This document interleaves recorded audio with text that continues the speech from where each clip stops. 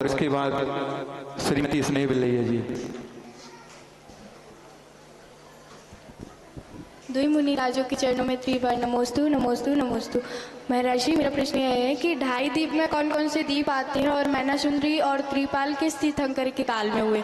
और दूसरा क्वेश्चन है कि आचार्य श्री का एक हाइको है कि कोई बढ़ता है तो बढ़ने दे, जीवन के शिखर पर चढ़ने दे, तो इसके पीछे उनकी क्या सोच रही होगी और हम अपने जीवन में किस प्रकार से अपनाएं। जीवन की सतह पर क्या बोला आपने? जीवन के शिखर पर चढ़ने दे।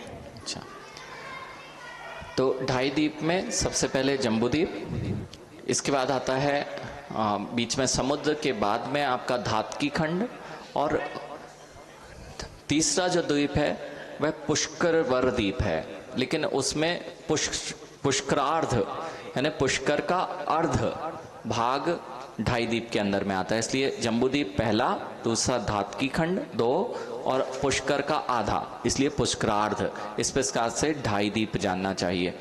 फिर जो आचार्य भगवान ने, पहली चीज, आचार्य भगवान का हाइकू नहीं है। क्यों नहीं है हाइकू? ये क्योंकि हाइकू में इतने शब्द नहीं होते हैं। ठीक है, हाइकू में तो 5-7 होते हैं, तो ये आचार्य श्री के तो हाइकू बहुत छोटे छोटे हैं, तो ये वाला हाइकू हो सकता है। बड़े हाइको भी मैंने तो बहुत छोटे वाले हाइको देखे आचार्य श्री के और गुड़ देखे। इसमें यही कह रहे हैं, जिसको बढ़ना है तो बढ़ने दें और शिखर पर चढ़ने दें।